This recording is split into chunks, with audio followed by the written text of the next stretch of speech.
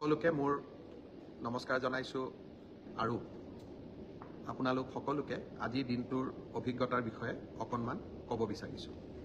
ৰাজ্যৰ বান পৰিস্থিতি বৰ্তমান দ্ৰুত গতিত উন্নত হোৱাৰ ফালে আগবাঢ়িছে।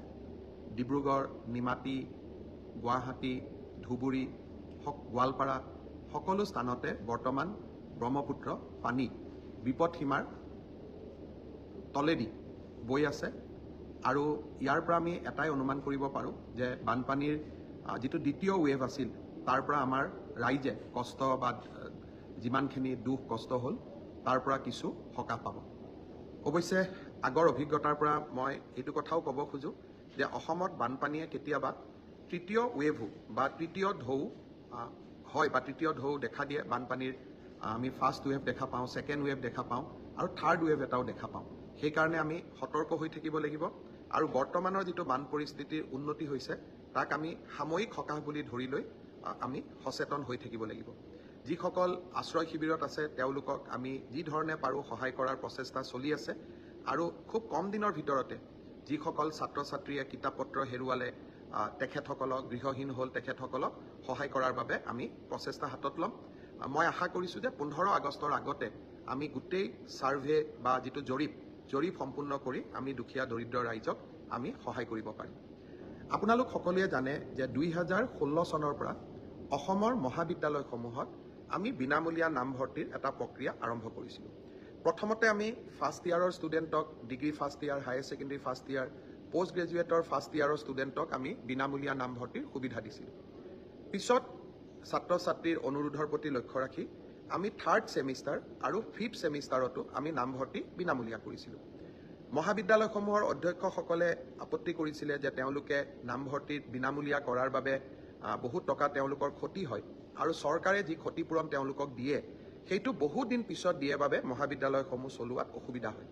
সকলোৰে ওজৰ আপত্তি মই শুনিছিলোঁ আৰু সেইকাৰণে এইবাৰ আমি সিদ্ধান্ত লৈছিলোঁ যে নামভৰ্তি হোৱাৰ লগে লগে বিনামূলীয়া নামভৰ্তিৰ বাবদ কলেজসমূহে যি ক্ষতিৰ সন্মুখীন হয় সেই ধন আমি লগে লগে মহাবিদ্যালয়সমূহক উভতাই দিম। সমৰ্থ পৰ্টেলত এইবাৰ নামভৰ্তি হোৱাৰ কাৰণে কোন মহাবিদ্যালয়ত কিমান বিনামূলীয়া নামভৰ্তি হ'ল তাক স্পষ্টভাৱে আমি জানিবলৈ পাৰিছিলোঁ। এই বছৰ ৰেচন কাৰ্ড দেখুৱাই বা ইনকামৰ চাৰ্টিফিকেট দেখুৱাই যিসকল 4 লাখ টকাতকৈ দেউতাক মাকৰ উপাৰ্জন কম তেনে 95,000 ছাত্ৰ ছাত্ৰীয়ে বৰ্তমানলৈকে বিনামূলীয়া নামভৰ্তিৰ সুবিধা লৈছে। আজি সেই 95,000 ছাত্ৰ ছাত্ৰীৰ বিনামূলীয়া নামভৰ্তিকৰণৰ বাবদ আমি 60 কোটি টকা মহাবিদ্যালয়সমূহৰ অধ্যক্ষসমূহক দিছপুৰলৈ মাতি আনি আমি উভতাই দিওঁ। অৰ্থাৎ বিনামূলীয়া নামভৰ্তিকৰণো হ'ল, মহাবিদ্যালয়সমূহো সুকলমে চলি থাকিব পাৰিব। আগষ্ট মাহত কুৱেটৰ জৰিয়তে আৰু এটা নামভৰ্তিকৰণ হ'ব। মই আজি মহাবিদ্যালয়ৰ অধ্যক্ষসকলক কৈছোঁ যে কুৱেটৰ পিছত পৰৱৰ্তী নামভৰ্তিও আপোনালোকে বিনামূলীয়াকৈ কৰি দিব। আমি 10 ছেপ্টেম্বৰত আপোনালোকক দ্বিতীয় কিস্তিও টকা আমি উভতাই দিম। ঠিক তেনেদৰে থাৰ্ড ছেমিষ্টাৰ আৰু ফিফ্থ ছেমিষ্টাৰত ডিগ্ৰী যেতিয়া নামভৰ্তি হ'ব, বিনামূলীয়া নামভৰ্তি হ'ব আৰু লগে লগে তাৰো ধন আমি মহাবিদ্যালয়সমূহক উভতাই দিম। আজি মই মহাবিদ্যালয়ৰ অধ্যক্ষসমূহক অনুৰোধ কৰিছোঁ যে মই যোৱাবাৰ বিনামূলীয়া নামভৰ্তিকৰণৰ কথা কওঁতে ফেচবুকত বহুতে কমেণ্ট দিছিলে যে মামা বিনামূলীয়া নামভৰ্তি যদিও হৈছে কলেজবিলাকে কিন্তু আমাৰ পৰা 600 টকা লৈছে, 1000 টকা লৈছে। আজি মই মহাবিদ্যালয়ৰ অধ্যক্ষসমূহক কৈছোঁ যে বিনামূলীয়া নামভৰ্তি মানে বিনামূলীয়া নামভৰ্তি। সৰস্বতী পূজাৰো পইচা, মেগাজিনৰ পইচাও অতিৰিক্তকৈ ল'ব নালাগে। আপোনালোকে যদি কাৰোবাৰ পৰা 600 টকা লৈছিলে, 1000 টকা লৈছিলে, এই টকাবোৰ যাতে গৈ পেলাই আপোনালোকে উভতাই দিয়ে। যোৱাকালি এই ধৰণে অতিৰিক্ত ছাত্ৰ ছাত্ৰীসকলৰ পৰা বিনামূলীয়া নামভৰ্তিকৰণৰ পিছতো অতিৰিক্তকৈ 600-1000 টকা লোৱাৰ বাবে আমি পূব অংশৰ কলেজৰ অধ্যক্ষগৰাকীক চাকৰিৰ পৰা নিলম্বিতও কৰিছোঁ। অৰ্থাৎ অসমৰ ছাত্ৰ ছাত্ৰীসকলক বিনামূলীয়া নামভৰ্তিকৰণৰ বাবে আমি প্ৰতিশ্ৰুতিবদ্ধ আৰু এই ক্ষেত্ৰত আমি ক'তো কম্প্ৰমাইজ নকৰোঁ আৰু কোনোবাই যদি কম্প্ৰমাইজ কৰে আমি ব্যৱস্থা ল'বলৈ কুণ্ঠাবোধ নকৰোঁ। আজিৰ দিনটোত আমাৰ কেবিনেটৰো বৈঠক আছিল। কেবিনেটত আমি এটা সিদ্ধান্ত লৈছিলোঁ যে অসম চৰকাৰৰ কৰ্মচাৰীসকলক যাতে তেওঁলোকে এটা ঘৰ বনাব পাৰে নিজৰ, তাৰ বাবে বেংকৰ পৰা যাতে লোন ল'ব পাৰে উইদাউট মৰ্টগেজ, তাৰ কাৰণে আমি আপোন ঘৰ নামৰ এটা স্কিম আৰম্ভ কৰিছিলোঁ। 40,000 চৰকাৰী কৰ্মচাৰীয়ে ইতিমধ্যে আপোন ঘৰৰ ঋণৰ সুবিধা লৈছে আৰু বেংকৰ পৰা 5,600 কোটি টকাৰ ঋণ আমাৰ চৰকাৰী কৰ্মচাৰীসকলে লৈছে আৰু এই ঋণৰ বাবদ যিটো মাহেকীয়া কিস্তি তাক আমি দৰমহাৰ পৰা কাটি দিওঁ। কৰ্মচাৰীসকলে মোক অনুৰোধ কৰিছিল যে এই সীমা 15 লাখ টকাৰ পৰা 30 লাখ টকা কৰিব লাগে, যাতে উইদাউট মৰ্টগেজ তেওঁলোকে লোন ল'ব পাৰে ঘৰ বনাবৰ বাবে। আজি কেবিনেটে 30 লাখ টকালৈকে আপোন ঘৰৰ সীমা বঢ়াই দিয়ে। চৰকাৰী কৰ্মচাৰীসকলে ইয়াৰ সুবিধা ল'ব পাৰিব আৰু আপোন ঘৰ আঁচনিত 1% সুদ ৰেহাইও চৰকাৰৰ ফালৰ পৰা দিয়া হয়। চৰকাৰী কৰ্মচাৰীসকলে আপোন ঘৰ আঁচনিৰ সুবিধা লওক, মই নিশ্চয় আশা কৰিম। অসম কৃষি বিপণন পৰিষদৰ কৰ্মচাৰীসকলেও বহুত দিন দৰমহা পোৱা নাছিল। তেওঁলোকৰ বাবেও VRSৰ আজি এটা নতুন পেকেজ কেবিনেটে মঞ্জুৰি কৰে। যিহেতু মাৰ্কেটিং বোৰ্ডখন আগৰ দৰে চলাই ৰাখিব পৰা নাযায় উচ্চ ন্যায়ালয়ৰ এটা নিৰ্দেশৰ কাৰণে, সেইকাৰণে মই ভাবোঁ যে মাৰ্কেটিং বোৰ্ডৰ কৰ্মচাৰীসকলে এই VRSৰ সুবিধা লৈ তেওঁলোকে পৰিয়ালটো চলাব পাৰিব, ঘৰখন চলাব পাৰিব। মই সকলোকে VRSৰ সুবিধা ল'বৰ বাবে আহ্বান জনাইছোঁ। যোৱা পৰহি মই ফেচবুক লাইভত এটা কথা উল্লেখ কৰিছিলোঁ যে অসম চৰকাৰৰ 3য় আৰু 4ৰ্থ শ্ৰেণীৰ যি পৰীক্ষা হ'ব, তাত আমি লোকসেৱা আয়োগৰ আৰ্হিত প্ৰিলিমছ আৰু মেইনছ আমি অনুষ্ঠিত কৰিম। দুই এজন ব্যক্তিয়ে মোক জনাইছে যে পৰীক্ষাত নতুন নিয়ম এই বছৰ কৰিব নালাগে, কাৰণ আৰু যিহেতু 2 মাহ আছে, গতিকে আমি পুৰণা বা আগৰবাৰৰ দৰে পৰীক্ষা পতাটো উচিত হ'ব। আমাৰ চৰকাৰখনে সদায় ৰাইজৰ কথা শুনিবৰ বাবে চেষ্টা কৰে, কাৰণ আমি বিশ্বাস কৰোঁ লাও যেনেকৈ পাতৰ তলত থাকে, চৰকাৰো ৰাইজৰ তলত থাকে, ৰাইজৰ ঊৰ্ধত নহয়। যিসকলে মোক এই পৰামৰ্শটো দিছিল, দুই এজনে অলপ গালিগালাজো কৰিছে আৰু কিছুমানে ভালকৈ পৰামৰ্শটো দিছে।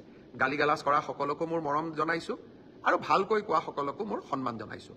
আপোনালোকৰ পৰামৰ্শ অহা 2-3 দিনত আমি বিবেচনা কৰিম আৰু যিহেতু পৰামৰ্শটোত মেৰিট আছে যে হয় 2 মাহ থাকোঁতে পৰীক্ষাৰ পেটাৰ্ণ এটা সলনি কৰিব নালাগে, বিষয়টো আমি ডেফিনেটলি আমি বিবেচনা কৰি অহা 2-3 দিনতে আপোনালোকক ইয়াৰ সিদ্ধান্তৰ বিষয়ে মই অৱগত কৰিম।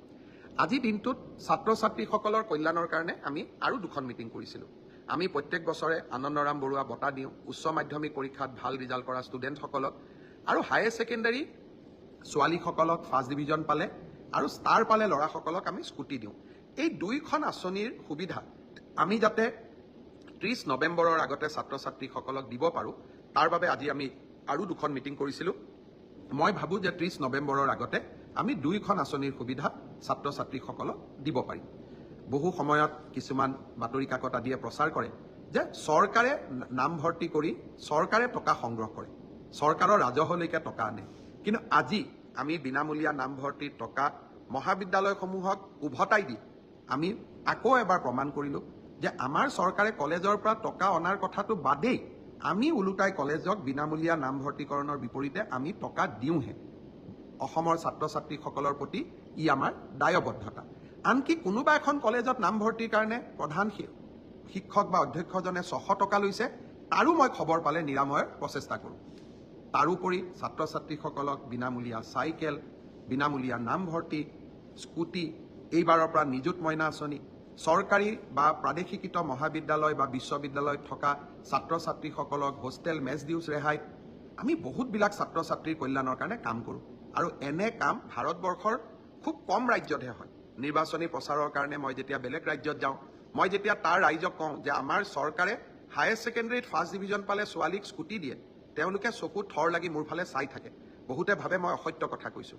মই যেতিয়া কলিকতাত গৈ কওঁ যে কলিকতাতকৈ অসমৰ পেট্ৰল ডিজেল সস্তাত দিওঁ, আমি কলিকতাতকৈ অসমত পেট্ৰল ডিজেলৰ দাম কম, কলিকতাৰ মানুহে মোক বিশ্বাস নকৰে। কিন্তু গুগলত পৰীক্ষা কৰিলে আপোনালোকেও গম পাব যে গুৱাহাটীত পেট্ৰল ডিজেলৰ দাম কলিকতাতকৈ কম। আমাৰ ৰাজ্যখন সৰু, কিন্তু আত্ম অভিমান আমাৰ আছে।